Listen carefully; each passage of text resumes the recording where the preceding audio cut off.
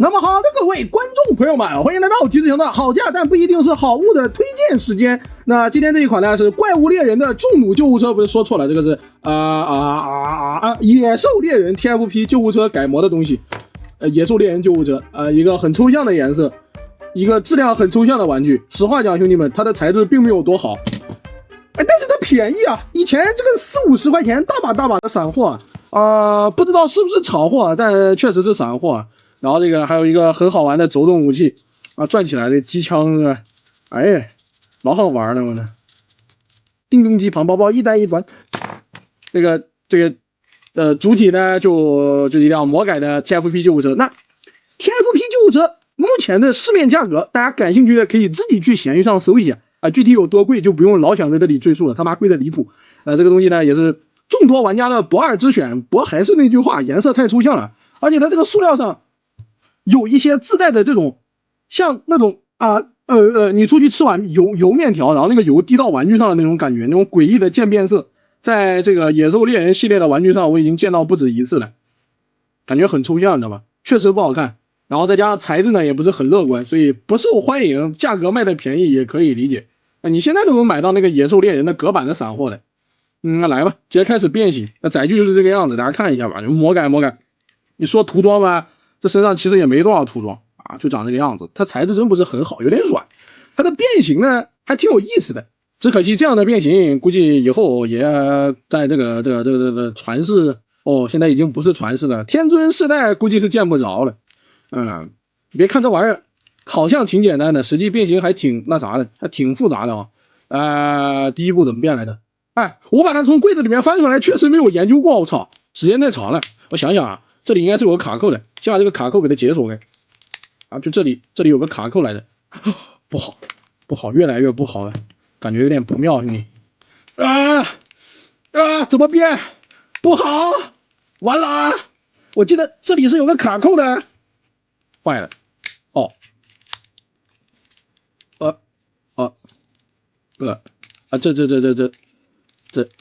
这可如何是好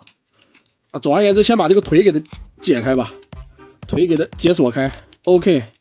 解锁开之后从这里好把这个零件翻出来之后，这个脚是要转一圈的，转一圈之后这个脚掌展开这里就能看到我刚才说的那个像那种油脂沾到塑料上污染塑料的那种效果，根本擦不掉的。我以为是我买的散货有问题的结果是这玩具它自己就这种风格，没封住我这散货当年便宜的很兄弟，20包邮，买不了吃亏，买不了上当。然后如果是你要买核说权还是有说明书有说明书的是50，然后有盒子的呢是70价格可以说是明码标价了说是。然后接下来呢就是把这个零件给它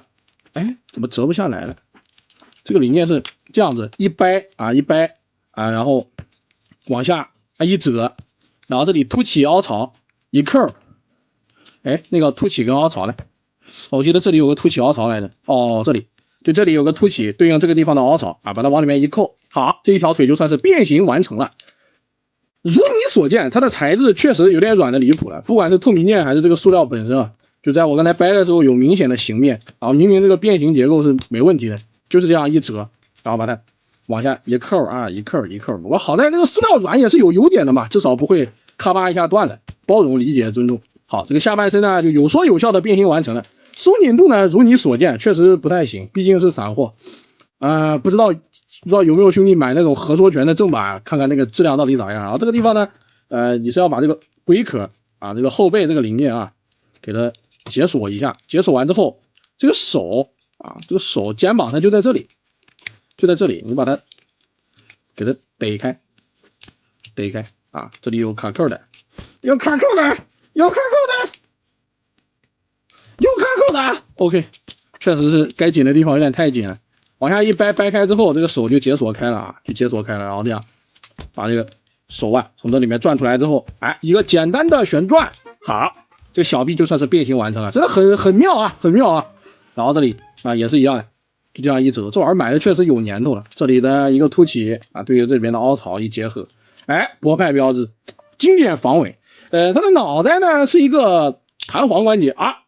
我操，我正说着呢你就弹出来了，等一下再塞进去再捅进去就这样好，这里变形到这里的时候，哎一按它就上来了，哎一按哎，我操，不好，大哥，你不能这样，完了，它卡进去了啊，好，就这样一弹就弹出来了。这个面相呢，挺野蛮的啊，确实是野兽猎人啊，兄弟，你这个面相让我长得有点像金刚狼啊，哥们，你这真的有点像金刚狼啊，我操，很张扬啊，长得很抽象，这边下巴上还有磨掉漆的，眼睛呢是个透光眼，然后至于说透光的效果就是很烂了啊。好在另外一只眼睛呢是戴了个眼镜一样的，点了个绿色的涂装，看着还行。来吧，把这个主体稍微捋一捋啊，捋平捋直，然后再把这个武器啊，这个机枪给它插到这个手臂上面。好，这个野兽猎人的低级别救护车就算是变形完成了啊。人形态的话，反正都是魔改的嘛，造型改的挺多的，主要还是配色不好看。如果这个配色是正经救护车的颜色的话，也许会很受欢迎。但遗憾的就是它是一个很诡异的魔改配色。当然，像我这样的穷逼捡垃圾玩具玩家啊，变形金刚玩家是买不起正版的 TFP 救护车的，也没听说过那玩意儿有盗版，所以我姑且拿G1的救护车稍微对比一下，你们就可以看到这个分色差距有多大了啊，根本不是一个东西。它身上的这种橘黄色还是这种对诡异的颜色，再加上身上那些油脂一样的渐变色，确实是很影响观感啊！整个玩具显得极为的廉价，你甚至于在这个胸甲上，你还能看到这个橘黄色零件有泛白的地方啊！总而言之，怪得很。那可动性方面呢，这个脑袋的话里面是联动的，它这个可动性不好说，只能说有球关节的帮助，摇一摇还是没问题的。肩膀部分球关节平台没压力，然后变形原因的话，它这里是有一点蝴蝶肩的啊，倒是可以利用得上。旋转呢也没问题，大臂的平转没毛病。然后曲肘的话，这也算是变形原因啊，它这个东西的曲肘幅度大得很，因为它毕竟是大臂也曲了啊，都曲了。然后这个武器的话是一个机枪啊，这个机枪呢还专门给你做了一个就模拟射出的那种效果吧，正在射出、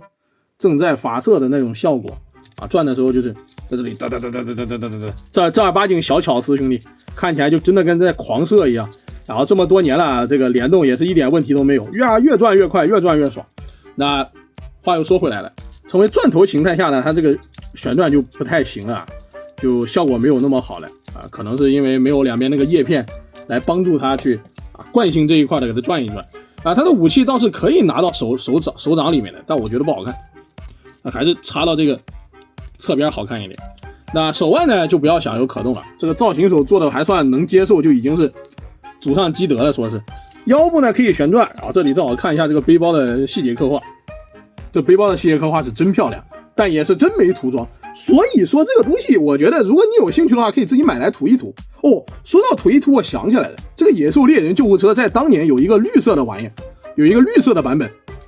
啊，那会儿也挺便宜的，70-80块钱，但是我没买。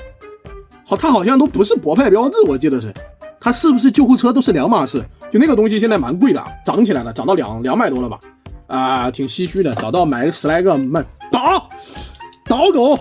然后腰部旋转完之后呢，看一下下半身的可动，前踢啊踢到这里挡住了，后踢还行，没什么干涉，侧踢的话幅度也不错，那反正球关节嘛，然后也没什么特别离谱的偷胶啊，兄弟们，所以说这个模具啊确实不赖。大腿可以平转啊，这个平转的话，球关节支撑力度是挺重要的，要不然刚才就掉了。然后屈膝的话，标准的90度，但是鉴于这个哥们儿的大腿实在是太短了，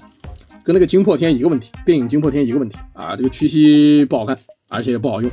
人家的膝盖甚至还专门做了独立分件的，单独做了个分件的膝盖的，蛮不容易的。脚的话就没有可动了，因为这个零件是卡住的。如果你把这个零件解锁开的话，这哥们儿四舍五入还是有一点接力的，但是只有一点点，可以忽略不计的那种。我们这里就不多说了。那以上呢就是今天介绍的这款水翼机的野兽猎 TFP 野兽猎人的救护车了还是很优秀的一个低级模具的。除了材质不好、颜色不好看、散货太多之外，也没什么缺点。如果你想买一个来玩一玩的话，那挺好的。而且我觉得它最大的作用就是把它脑袋换了，或者是对的，就是把它脑袋换了，然后告诉大家这是一个传世线的不知道哪里来的新角色，缝就完事了，对不对？而且这个东西你放在现在的传世 TFP 玩具里面，我只觉得眉清目秀，我只觉得它是一个优秀的玩具。那谁要那个传世 TFP 做的一个比一个烂的，哎，越想越气。那好吧，兄弟们，今天这一期视频就到这里了。喜欢的观众朋友们，点点赞，点点关注，咱们下期视频不见不散，拜拜。来摆个 pose 当个封面兄弟，哦呀，帅得很呐，哥们儿，还挺帅。这个站立性怎么感觉越来越差呢？